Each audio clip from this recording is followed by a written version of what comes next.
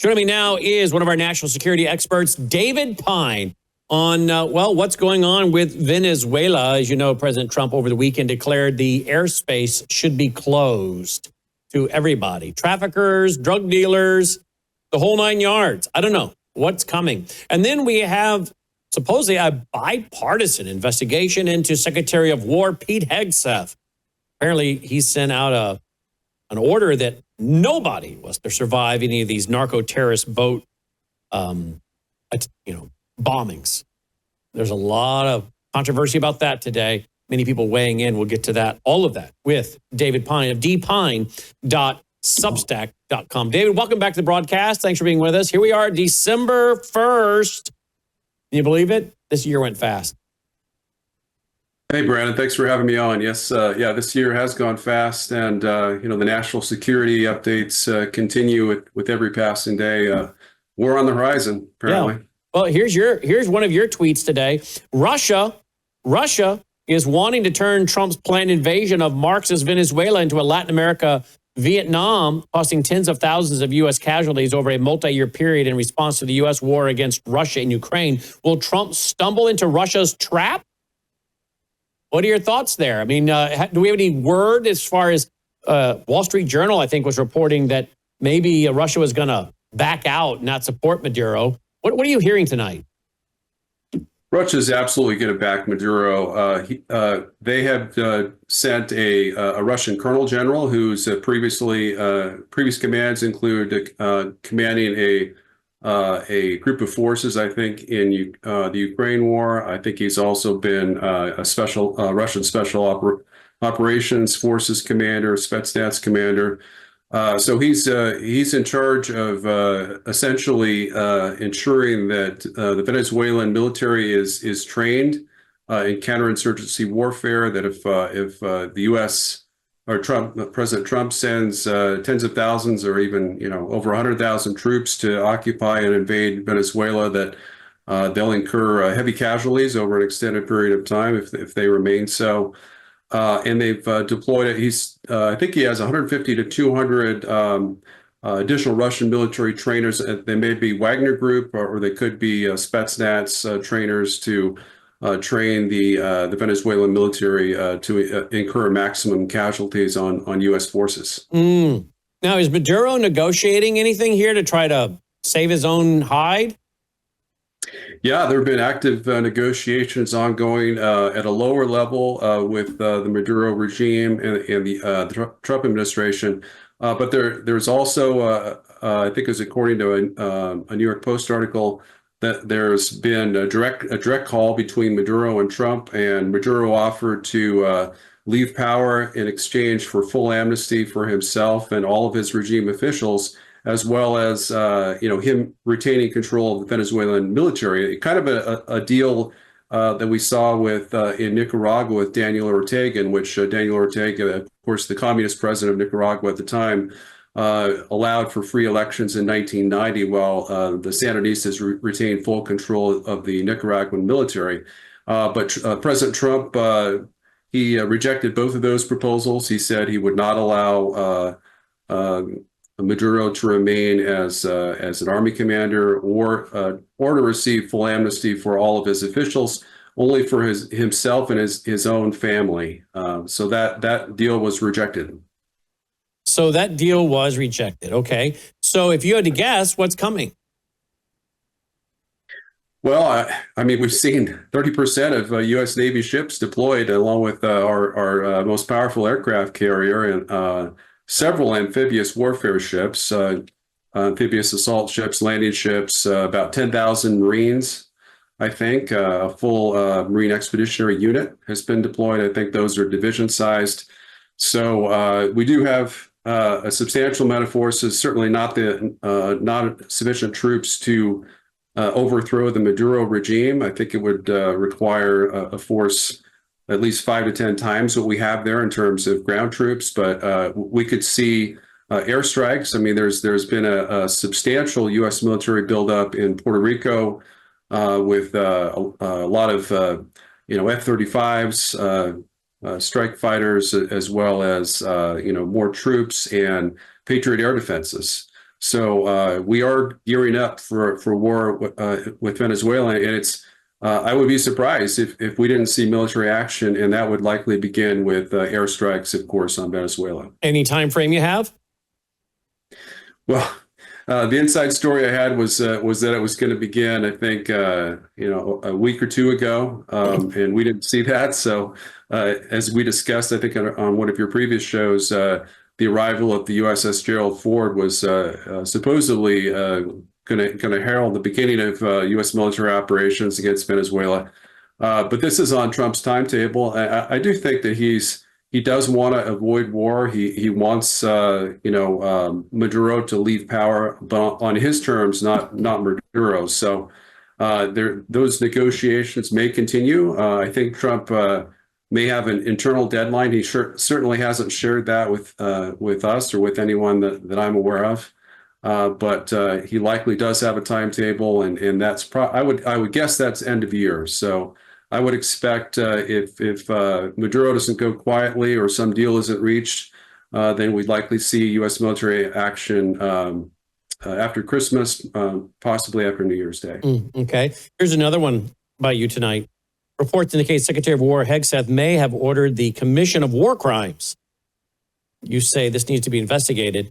Rand Paul, senator, said, quote, "It's not permitted under the laws of and customs of honorable warfare to order that no quarter be given, to apply lethal force to those who surrender or who are injured, shipwrecked, or otherwise unable to fight," coming from the National Review. Now, we reported on this on the Worldview Report tonight. So these narco terrorists that are being blown up, reportedly, some of them were in the water and survived, and somebody went back and dusted them off because of the order. They, as I read in the press, accordingly, they knew about the order from Hegseth was no one's to survive. So is that the story? And now is this why you have a bipartisan investigation going on? Yeah, that's the story. The story is that Secretary of War Pete Hegseth ordered a second strike on a drug boat, suspected drug boat that had been sunk, but had survivors in the water and were either sunk or was seriously damaged and burning, and wanted those survivors, executed essentially. And he did so according to reports saying that this was a matter of U.S. national security, that not just the boats be sunk, but that the helpless survivors be executed as well. And I would sharply disagree with that. First of all, there's no evidence that these are drug boats that are attempting to smuggle drugs in the United States or even Mexico. They don't have the range to reach the U.S. or Mexico. These are speedboats. It's possible they could be in drug smugglers ferrying drugs to neighboring islands, but there's no evidence that's been presented to suggest that they are actual drug boats that are involved in the fentanyl shipments to kill Americans here in the United States. Any indication that they're going to this Margarita Island, where we supposedly have a bunch of Iranian Hezbollah guys and others being trained and have been for a long time? I don't know the map where these bombings targets have been eliminated. Are they anywhere near that island? Because I'm asking because we've reported about the Margarita Island. And if the issue is they're killing guys involved in being trained to be involved in attacking America, these are Iranian forces or whatever, why not just come out and say that? Well, it's clearly the Trump administration is not being transparent Right. in terms of the evidence. If indeed they have any evidence, which I doubt they do, that these are in fact drug boats that conducting narco terrorist trade with through Mexico and funneling in fentanyl into the United States. They're not providing the evidence. We're being told to take their word for it, which normally, I think President Trump often does tell the truth. He usually does tell the truth. He's usually a straight shooter. But this is one of those times when I highly doubt the White House's excuses, and they're trying to spin the story and cover for Hegseth saying that it wasn't Hegseth, but it was the U.S. Admiral in charge of Special Operations Command that gave the order to conduct the double strike and kill off the survivors. And I can just tell you that that's not the case. There's no way a four-star admiral would who is well versed in terms of the U.S. military code of justice would violate international law in so brazen a fashion. He would only do so if indeed he was ordered by the Secretary of Defense or the President of the United States. So if you're throwing an admiral, a four-star admiral, under the bus to save your own hide, that seems to me, and I've never served in the military like you have, and thank you for your service, but that to me would seem like a great way to get your admirals and generals to not trust you. And he already seems to have an issue with a lot of them with the way he brought them all in and then proceeded to lecture a bunch of them and talk down to them and that little thing that they did when they brought them all in for this coaching or whatever they were doing and what their new mandates were. And as some of them said, I guess anonymous generals were saying that he's that for a lot of them, they don't trust him anymore.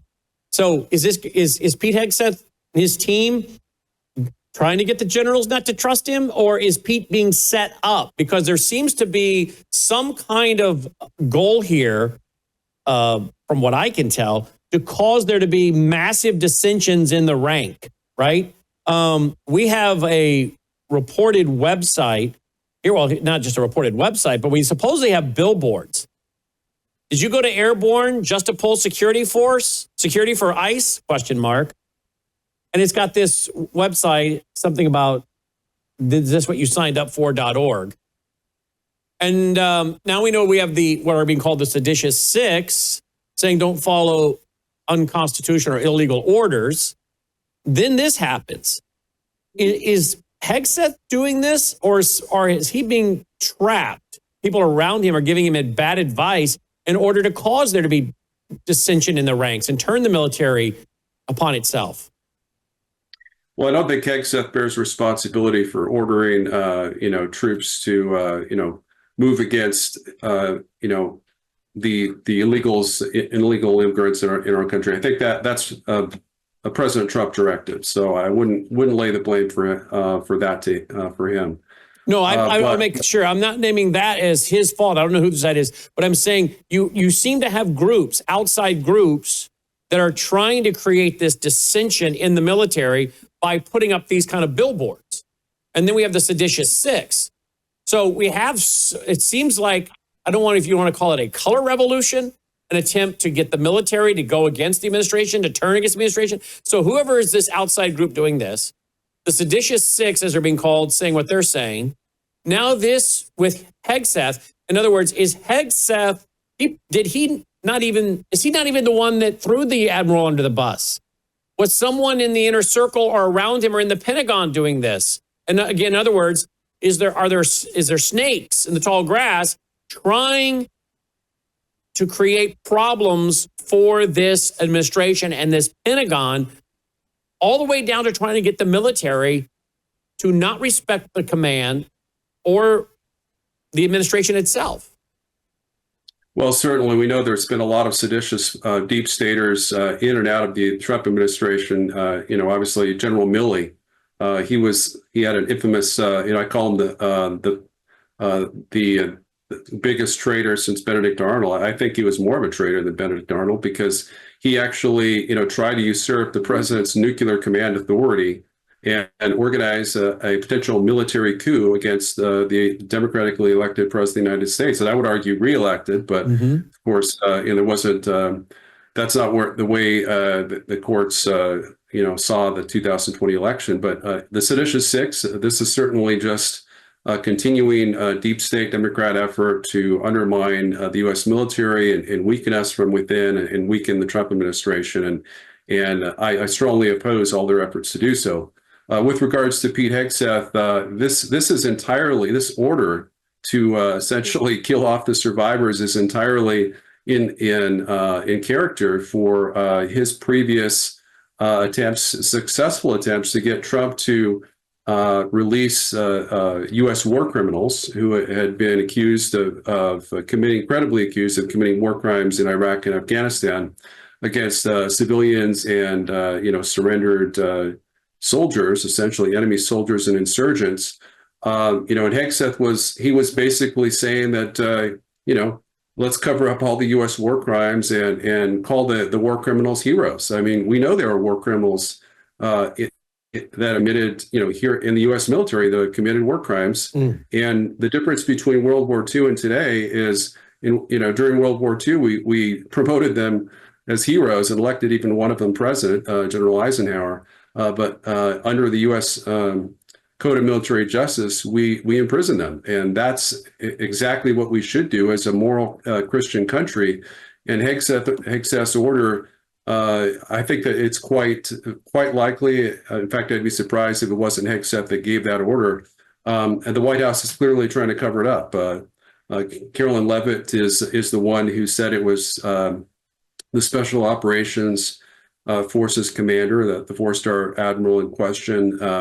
But that line of attack or cover was not something that she dreamed up. It was someone within the administration that's trying to protect Hegseth from being forced to resign. So you could end up seeing him having to resign at some point if this continues to grow in a bipartisan way, right? Yeah, I mean, the key is that it's bipartisan. We have a former House Intel chairman that's on record, saying that this needs to be investigated. It's not just Democrats doing it. He's a neocon, and I think he has ulterior motives. I think he's likely one of those that wants to see Senator Cotton, a neocon, replace Hegseth. Hegseth is generally America first. I've supported him despite his stance on war crimes, because I think he is genuinely supportive of peace.